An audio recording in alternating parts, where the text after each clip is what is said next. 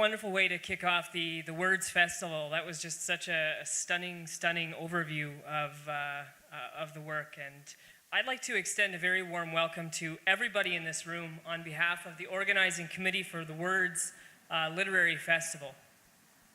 We are honored, and I mean truly honored, to have every single one of you present for this chock-a-block weekend of readings, interviews, talks, performances, open mic poetry, a local authors book fair with 40 participating local authors, and much, much more.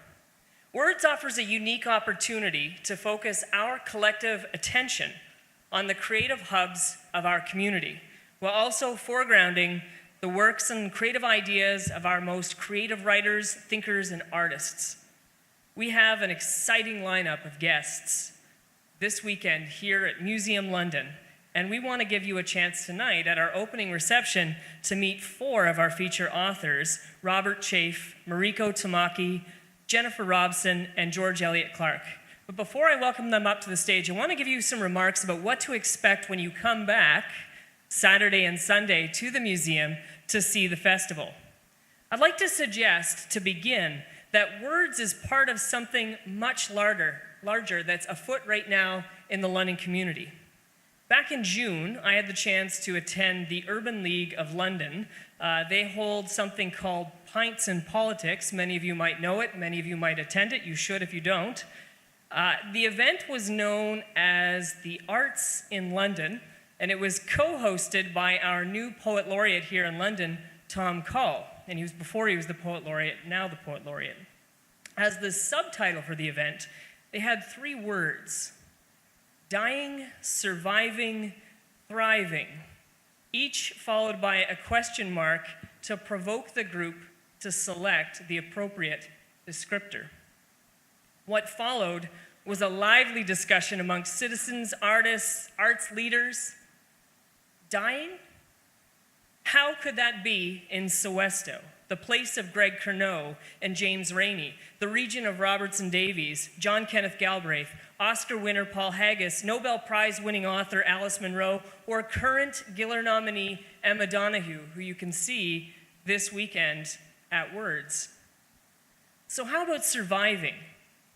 What about our vibrant literary scene with well-attended meetings of Poetry London at Landon Library, or open mic poetry at Mykonos Restaurant, or the London Poetry Slam, who just took second prize at the Canadian Festival of Spoken Word this past week, their best finish ever.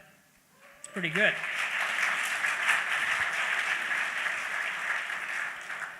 So then what about thriving? Is that the word we should use? In the heat of the discussion, Deanna Tamblin, one of our finest cartoonists and the creator of the organizer of the Ting Comic and Creative Arts Festival, yes, you should applaud Deanna, her work in the city. Deanna said something that really resonated with me. And what she said was, and I hope Deanna doesn't mind me saying so because she's heard me say this before, repeating her, she noted that London seems to be undergoing a renaissance in the arts. In very recent years, London has seen the birth of not 1, but 2 Comic-Cons.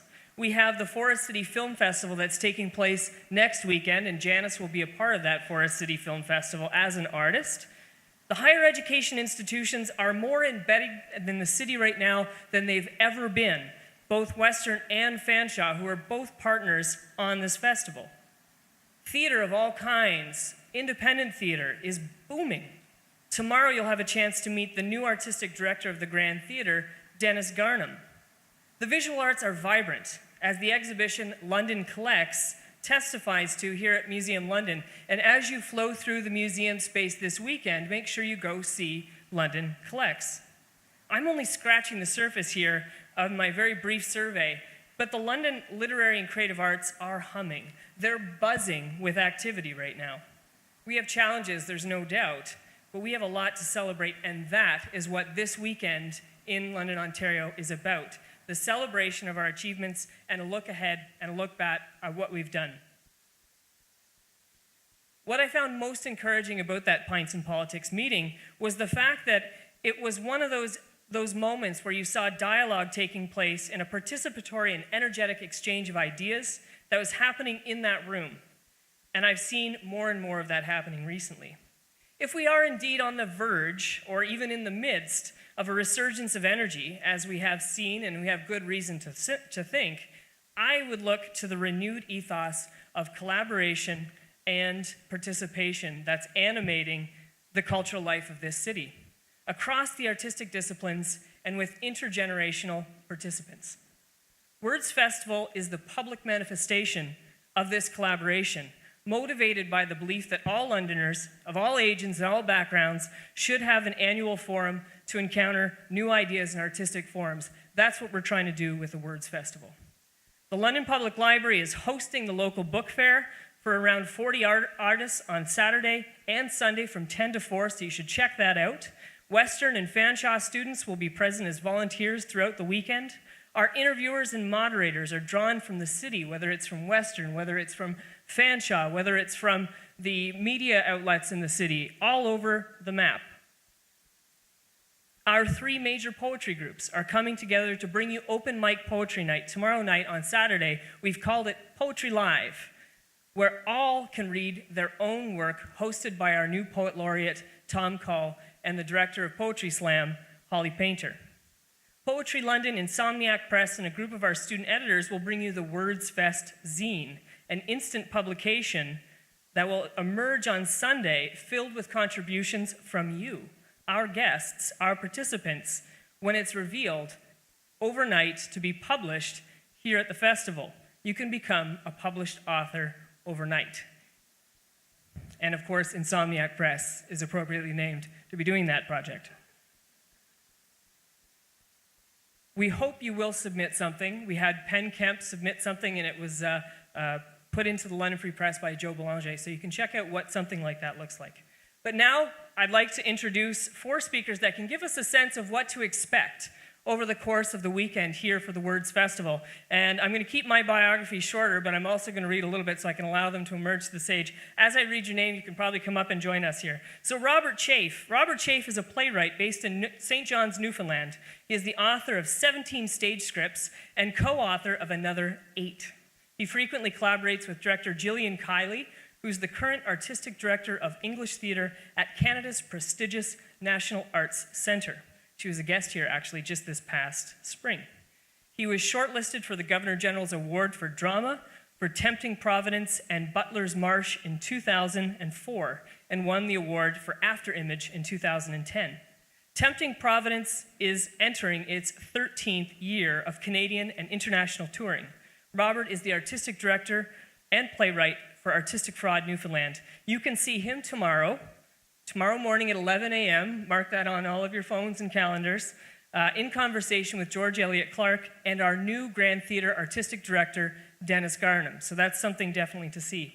Jennifer Robson, a graduate of King's University College, is a best-selling author of novels Somewhere in France, After the War is Over, and Moonlight over Paris. She holds a doctorate in British Economic and Social History from St. Anthony's College at Oxford University. After spending time in publishing and freelance editing, she took the plunge to realize her dream to write. In January of this year, and get this, in January of this year, she had 3 novels, her entire Great War trilogy, on the Globe and Mail's Canadian fiction bestseller list, all at once. Never done by an author before. Her next novel, Every Time We Say Goodbye, will be published in 2017. You can see Jennifer tomorrow in conversation with Emeritus Professor of History at King's, Paul Webb, who was in fact one of her professors when she was an undergraduate student here in London, Ontario. So that will be fantastic to see. Mariko Tamaki. Mariko Tamaki is an award-winning artist and writer across a range of genres, including theater, fiction, and nonfiction, as well as graphic novels, to capture only a snapshot of her work. She has garnered much acclaim for both her written and performance-based work.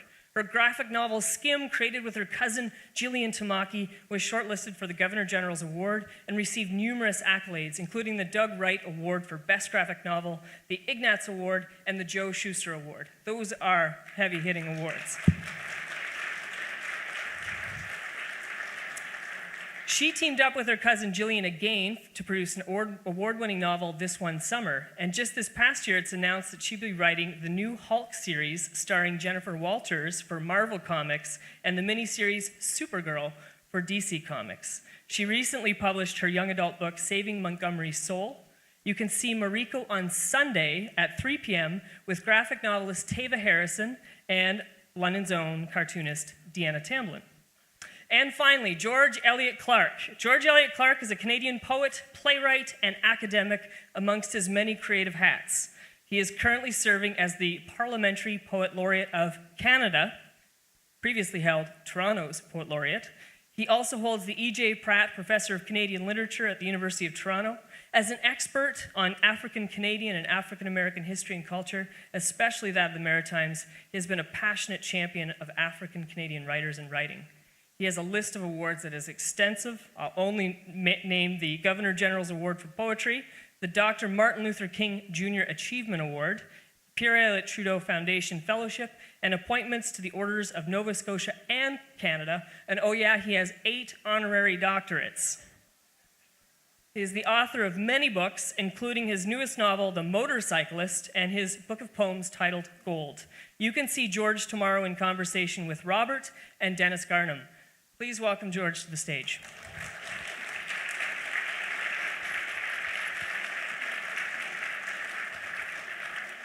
Okay. So to get started, I'd like to start off with a question to ask all of you, and it dovetails with my opening remarks about collaboration, a concept that we don't always associate with the artist. We sometimes have the image, maybe it's an inheritance of romanticism, of the isolated genius toiling away to bring their precarious productions to the public. But each of you has had a very uniquely collaborative approach to your work, and perhaps I could start with Robert on this particular question. Artistic Fraud is recently celebrating its 20th anniversary, and I know you've been working with Gillian Kiley for many, many years, and I wonder if we could start off by talking about that role of collaboration that animates Artistic Fraud and what it's been like to work with Gillian as well as the other staff at Artistic Fraud. Sure. This is on, yes. So an interesting fact about myself and Gillian Kiley, we grew up in the same small town just south of St. John's called the Goulds, Newfoundland. But we didn't meet. Our parents were friends. Our brothers played hockey together. We didn't meet until I was 21 because she was Catholic and I was Anglican. And there was a separate school system, so I had to get on a bus every day and go 45 minutes out to St. John's to go to school. So when I started as an artist and I was at MUN and I was Moore University doing work there, people would always ask me, do you know this woman, Gillian Kiley? Well, I don't know who you're talking about. And she was, turns out, getting the same question about me. When we did eventually connect, it kind of started this collaboration that's still going today. You know, Jill took on the artistic directorship of English Theatre at National Arts Centre 5 years ago. And one of her main things that she talked about in her job interview, and she talked about with the staff of the NAC, was her determination to keep our little company going, which is kind of crazy because our little company doesn't have the funds to pay her like some of these larger theatres that are employing her now. But she really wanted to keep that going, in part, I think, because of me, but in part because I think that that's where she gets the most freedom to do what she wants to do. And I can say that's the case about our collaboration. Theatre is a strange form anyway. You know, I teach emerging playwrights all the time, and one of the main things that I try to impart to them as they kind of cross disciplines from fiction to poetry is that the idea of playwriting as a form of writing, and how many personalities it has to go through, how many hands touch it before an audience encounter it. So few people actually encounter the playwright's art through the written word. Most people encounter it on stage, and by that point it's gone through so many artists' visions. And so I've been very, very lucky to have those people. I mean, I do want to take the opportunity, I know we're short on time, I do want to take the opportunity to kind of, I was talking about this woman earlier tonight, and I feel like I have to mention her because one of my greatest collaborators just passed away. And every opportunity that I kind of get to talk publicly now, I'd like to talk about her. Her name was Iris Turcotte. She was actually from London. She was raised in London, but she was a Toronto dramaturg that you know, there's hardly any work done in Canada, I think, over the last 25 years that she didn't touch. She used to take playwrights under her wing, and she certainly took me under her wing about 10 years ago. And so even the solitary act of writing plays for me was sparked by collaboration from the very beginning, as I was saying to this lovely table tonight. My plays over the last 10 years have always started with myself and Iris in a room screaming at each other and bashing ideas out. Yeah, I think I answered your question. That's beautiful, beautiful response, and a wonderful dovetail to Jennifer. We do assume with novelists, and it depends on the novelist, of course, that it's a solitary act of creation, but you're very outspoken about the place that your father played in the developing of your work as an eminent historian, but also your sister, who was very supportive to you in terms of throwing drafts before you'd even published your first novel. And you also speak about the fact that you work with your agent and your publisher as people who are almost like co-creators in the way that your process works. Could you speak to that's larger frame, but it can be. I think all the writers here tonight would agree it can be a lonely existence at times, moored in your study or your room or wherever you're hiding away. Sometimes I show up at little cafes in the neighborhood because I just can't stand to be on my own, or more likely I just, I have to have a walk to get the ideas going. But it all comes, it's solitary at times, but it's also profoundly collaborative. And I've always felt that I owe a debt to the people who I'm doing the writing, but in terms of the shaping the narrative as it comes together, that's something that I do. I'm definitely not alone. I work very closely with my editor at William Morrow in New York, and with my wonderful literary agent. I know, it sounds like you're standing at the Oscars or something, thanking your lawyer and so on. But these are people who play a profound role in your life, and you feel very, very close to them, so much so that when I lost my editor recently, I mean, she's fine. She moved to another publisher. Damn you, Penguin Random House. I have a new editor who's wonderful, but I feel as if there's I felt motherless for the first few days, notwithstanding the fact that she's 15 years younger than I am. And adrift, and my husband, the civil engineer, accused me of being a delicate artist, and to get over it, I did. But it's going to take, I think, a few years before I feel that ease with my new editor, as wonderful as she is, to be able to throw at ideas without the fear of sounding goofy, and to be able to accept criticism and to kind of digest it without having the vapors. But that's a role too you play with friends who are writers. We're passing back and forth drafts to one another. The person who first reads my books, in addition to my editor and my literary agent, is my sister, because she loves to read. She's the person who probably reads more than I do, scarily enough these days, because I'm busy writing half the time. And if she gets, I call it the sniff test, and if something I've written doesn't pass the sniff test, then with my sister, then it comes out of the book. So it's something on the surface that seems lonely, but in fact, you can't write a book or poetry or plays by yourself. They would be very, I would think they would be very hollow creations. Wonderful. Mariko, I know you get this question all the time. Working with your cousin Jillian, and of course your work with Jillian, we want to hear about that. But I also want to point to the fact that you, when you were in Montreal, were always embedded in groups, and the way that you've created, you always cite your friends as well as your family as being absolutely embedded in your creativity as almost a cauldron for the kind of activity that you do. And I was wondering if you could speak to that group atmosphere that comes to produce your art. Yeah, well, I mean, I'm a lesbian, so I'm a natural collaborator. I was born to be a collaborator. But I mean, and truthfully, I did grow up I started off as my original art form, which is the most amazing art form, which is, of course, lesbian spoken word, which is where I started. So much respect to the lesbian spoken word artists in the room. But then I moved on really quickly to performance art, and I was involved in troupes like Pretty Porky and Pissed Off, and TOA, which was Theater of Assholes. Some very prestigious background in the theater.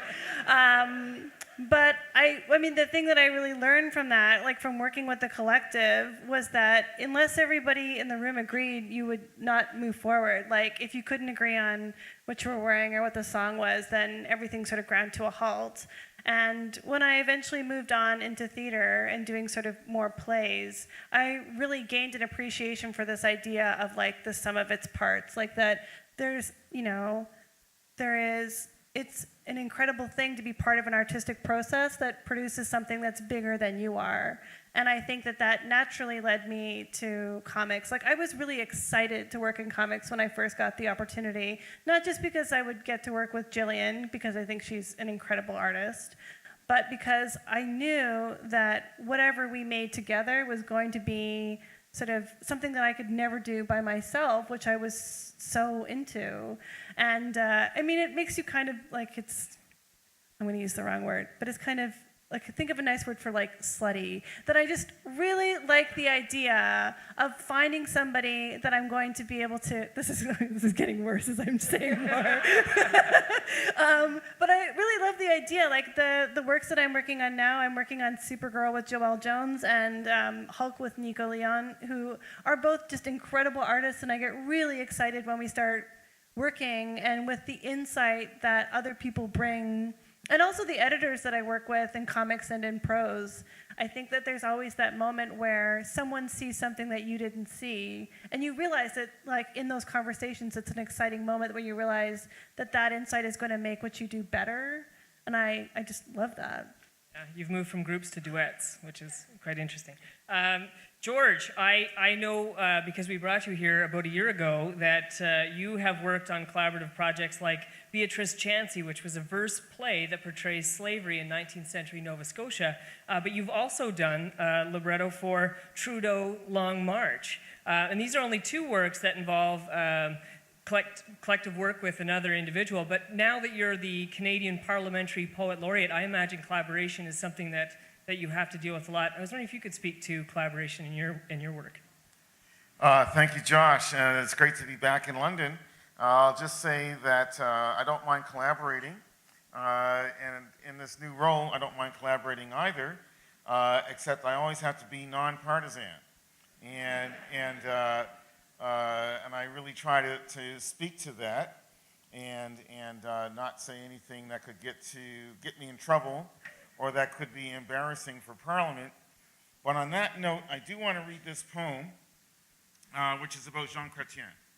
And partly because of the fact I saw him last week, and he gave a great speech at Montebello, Quebec, last Thursday night to be precise. Anyway, Jean Chrétien, it's in two parts. Revised Standard Version is the title of the first part. So here it is, and I hope that everybody here, or most of you, will remember him. Here it is. A Frankenstein-masked, meeching, elfish ghoul, skulking in a graveyard of prime ministers, admiring how they begged elections, or dreading how they later got sacked, those lumberjacks hulking in silk suits, those attorneys awkward in buckskins, defining the country as one more strip mine after one more lucrative deforestation. All Chrétien ever wanted was to join this Gothic junkyard of Chateaubriand statues, clutching the criminal code in one hand, a golf club in the other, while sloshing out rhetoric that was martinis and pablum drizzled over cooing ministers. Slick, he slipped through cracks in bad news and popped up gleaming like a televangelist, while acting Laurier with an alley-oop squint, Le Petit Gare orating c'est de la bullshit, his speech spitting a pepper spray clarity. His Canada was can't and cannot, a parliament of lepers and peons, a politics of nothing doing, because doing nothing means nothing's wrong. He was the perfect mime of a prime minister, choosing to ape the mannerisms of the dead, to shuffle zombie-like into history through a labyrinth of funhouse mirrors, stuttering his forged, misshapen greatness. Part 2. He was depressive, swinish, foolish, garrulous, wrathful, calculating, tricky, ornery, arrogant, execrable, difficult, vengeful, professional, sly, narrow, bullheaded, deft, lawyerly, egotistical, despicable, vital, and he was all of these things every single day of every single election year. Then he got worse. That's wonderful. Thank you, everybody. I'm going to return to that because that actually is a question that I want to ask you is about the mix of nonpartisan and your poem is just a perfect capture. I want to make a link back to Robert though because you also are a librettist. You've written a libretto for something that's coming up, and I want to give a brief description of what's taking place because right now we're marking a series of 100th anniversaries for the events of World War I, the Great War, including the recent 100th anniversary of Beaumont Hamel during the Battle of the Somme on the 1st of July, as well as the upcoming 100th anniversary of the Battle of Vimy Ridge coming up in April of 2017, an engagement that sparked Brigadier General Alexander Ross to say of the Canadian contribution, "In those few minutes, I watched the birth of a nation." World War I also catalyzed a new national consciousness for the arts from the creation of a stunning and moving collection of wartime paintings through the Canadian War Memorials Fund, which is now hanging in the Canadian War Museum if you've had a chance to see it in Ottawa. And many of them include Group of 7 paintings as well, but also in the literary arts. And I want to ask of Robert, you recently wrote the libretto for an opera called Ours, which is set around the events of the Newfoundland Regiment's involvement in the Battle of the Somme at Beaumont Hamel. Many in Canada don't know the profound significance of this event for Newfoundland, its complexity, its trauma. I'm wondering if you could tell us a little about this event and how you got involved in opera. That fascinates me too. Sure. Beaumont Hamel, depending on where you were in the world. Newfoundlanders call it Beaumont Hamel. We always anglicize everything to formal degrees. It's a small town on the Somme, and on July 1st, so Canada Day, now in Newfoundland, is also Memorial Day. Previously to joining Canada, it was only Memorial Day in Newfoundland.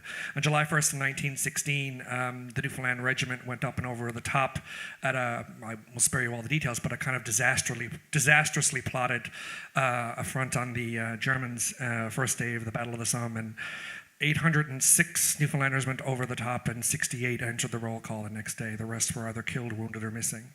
And so you literally cannot find a town in Newfoundland that was not affected by a loss or a death.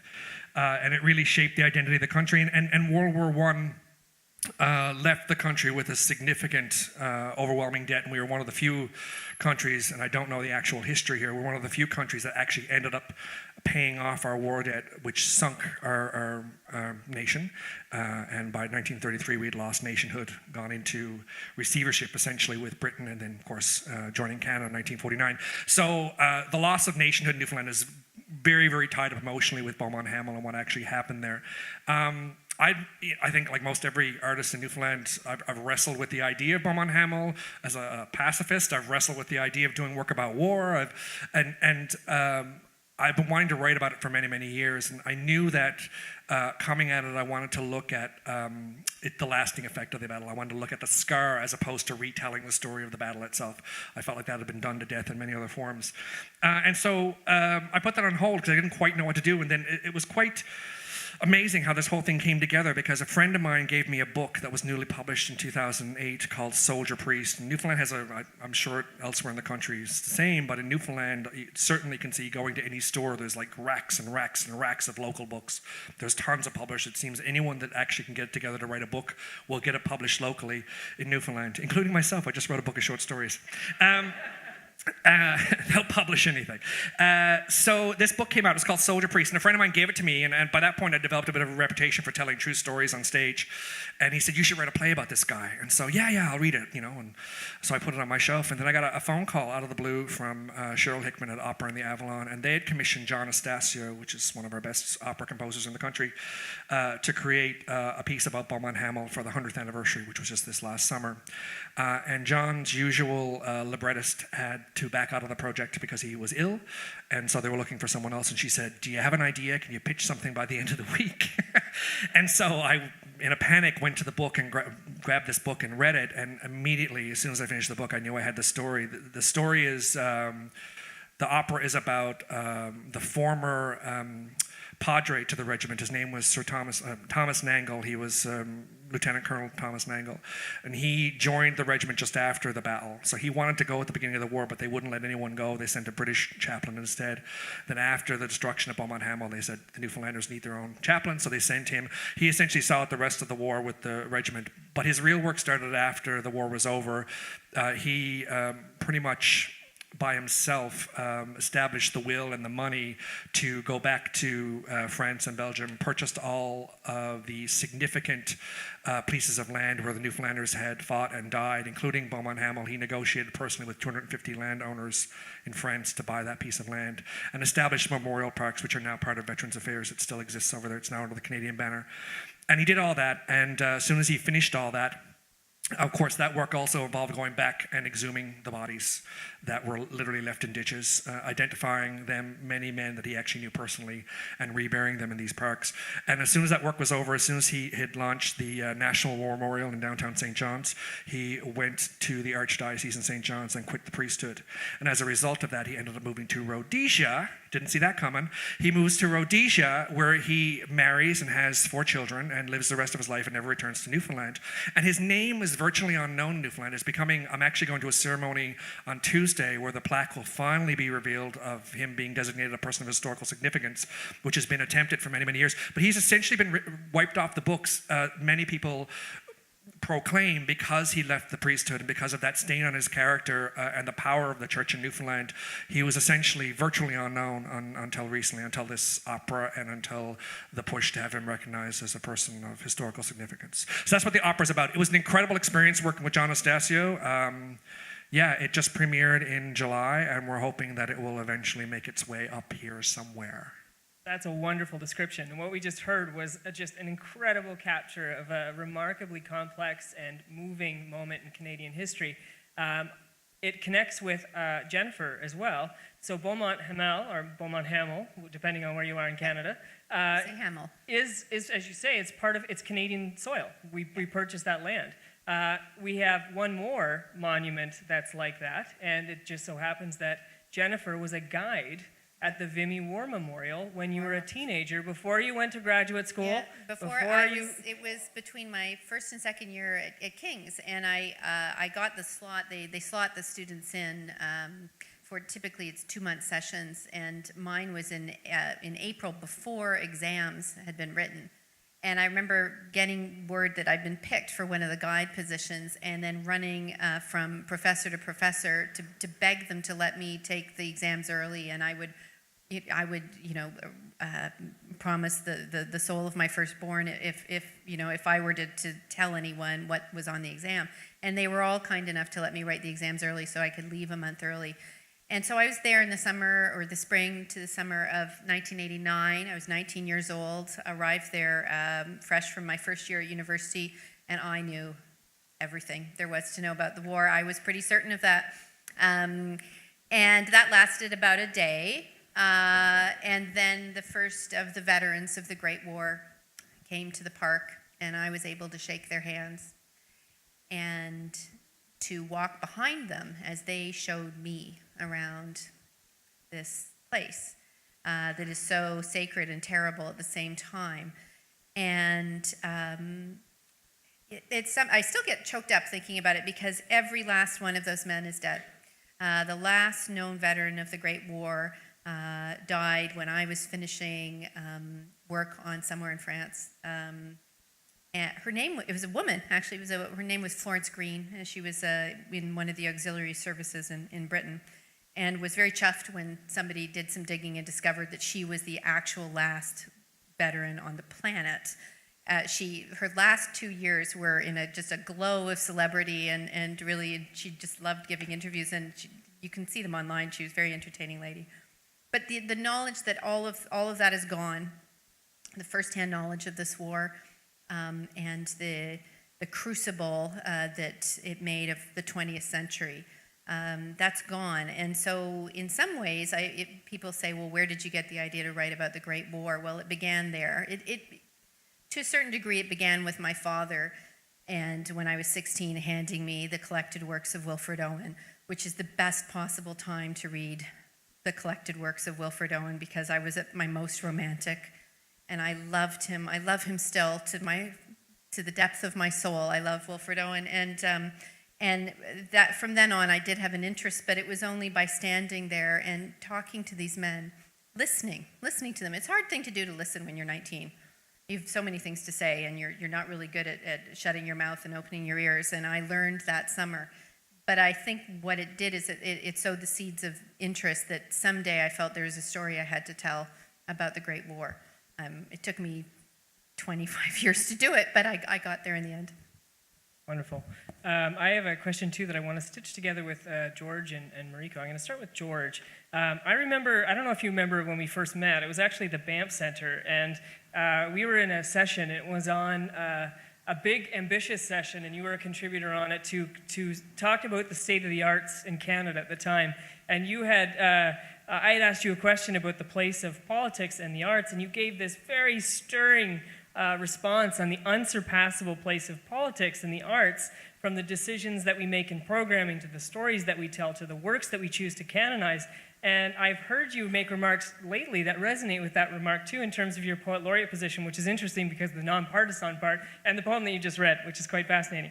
One of the guiding ideas of the Words Festival is the conviction that literary imagination has an important role not only to play in the arts, but also in the promotion of social justice and engaged citizenship in London, Canada, and beyond. And you've recently spoken very compellingly on representing stories in Canada that represent the diversity of Canada, but also democratize the experience of poetry, so that poetry is an experience that everyone can have. And I was wondering if you could speak to those 2 points, the diversity of representation of the stories that we need to tell, and also why we need to have a more democratic idea of poetry. Well, thank you, Josh. I'll just say very quickly that poetry is automatically democratic because all of us come to some notion of poetry, whether we pick up a Hallmark card, no matter how disreputable that may seem to some ears, or bother to sing alone or with somebody else, an Ian Tyson song like Four Strong Winds, or Leonard Cohen's song, So Long, Marianne, or Bob Dylan's song, Positively 4th Street comes to mind suddenly, or Just Like Tom Thumb's Blues, or Joni Mitchell, et cetera, et cetera, et cetera. And I think the reason why, or Gord Downey's song, I think the reason why those tunes resonate so much with us is because they are speaking to profound emotions, profound feelings that we need sung words, or sometimes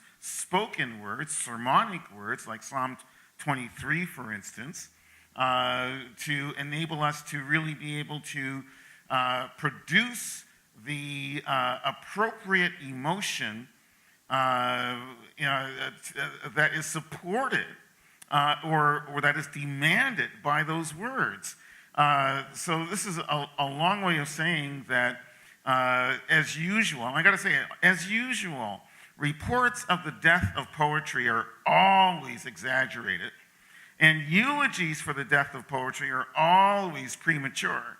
It's never going to die. It's always going to be with us, because every single one of us, sooner or later, is going to want to have a poem to express our deepest, innermost feelings in the face of what makes us human, which is in the articulate expression of emotion. And again, about all the eternal verities: love, death, aging, childbirth, raising children, watching the seasons change, all of the above, dealing with oppression, dealing with tyranny, fighting for democracy, fighting for liberation, fighting for liberty. All of these are perennial notions of poetry. So it can never, never, never disappear or die or vanish. It can simply sometimes go underground and sometimes go in disguise. But I'm going to read very quickly a very short poem to flesh out these ideas. And it's a love poem, and it's not a poem by me. It's a poem by Alexander Pushkin, whose name has already been invoked tonight, the great Russian poet, who, by the way, never hesitated to say that he was black, always celebrated his African ancestry, and so on. So this is a poem actually by him. The title is I Loved You Once. And I'll just say it's a translation from Pushkin, but I will confess I don't know any Russian. So my translation is a rewriting of somebody's English version, which I didn't like very much. And I thought that Pushkin, being a passionate guy who died in a duel, for crying out loud, the dude died in a duel, he's passionate. He's passionate, defending the honor of his wife, for crying out loud. You can't have a dull poem representing Pushkin. So I just thought I'd rewrite it with Nova Scotian passion.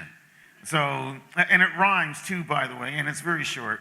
I loved you once. I loved you once, thus tranquility quails. Rabbit love harries my flesh and frame. But darling, let no cyclone havoc your sails. For though I'm hurting, I bear you no blame. I loved you recklessly in pure surrender, welcome sorrows, jealousies, black and blue. A love as intense and intent and tender. God, let another lover render you.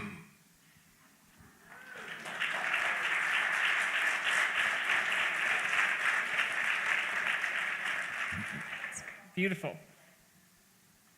To connect and to just To follow that?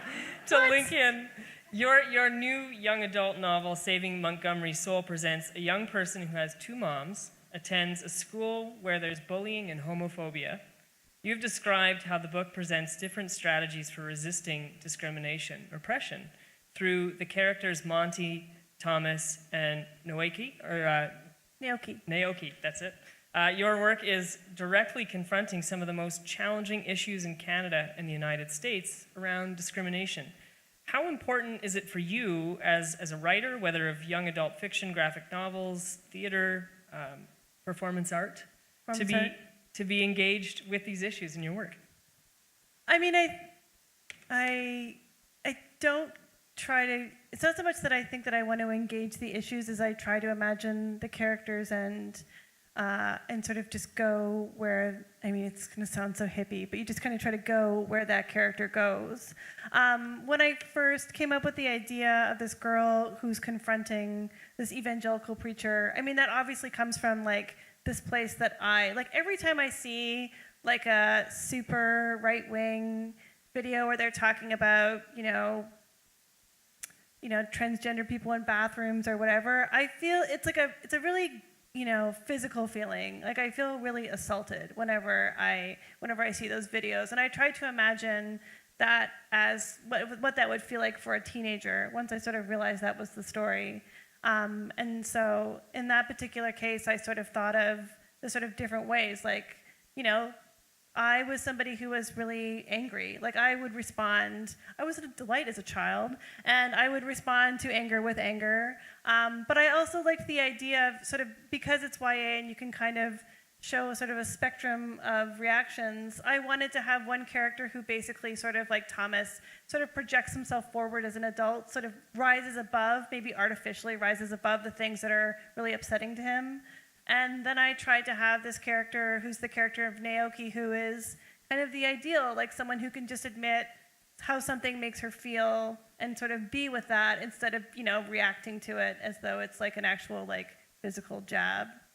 But it's interesting because I think at the same time, there's definitely times when I do include stuff like that, but there's also times like, I think especially when you're a queer person and you're writing about queer characters, I don't always want to have them go through that stuff. And I definitely sometimes, in other works have kind of projected a more ideal world where that doesn't happen. And I think it's kind of interesting sometimes to, it feels weird to sort of imagine a world where it's just entirely okay to be gay and no one ever is going to give you any kind of hassle and it's super awesome. I mean, it is super awesome, but like externally dealing with other people, have it be super awesome. But it's kind of an exercise, and I try to make it not so much that I'm writing to the issue as I'm writing sort of different lives as I kind of know and imagine them. Absolutely. And in light of what's going to happen next week, we need all of the critical voices that we can, and celebrating the power and the life of words. We created this festival for every one of you in this audience. We created this festival for London. We created this festival for Southwestern Ontario.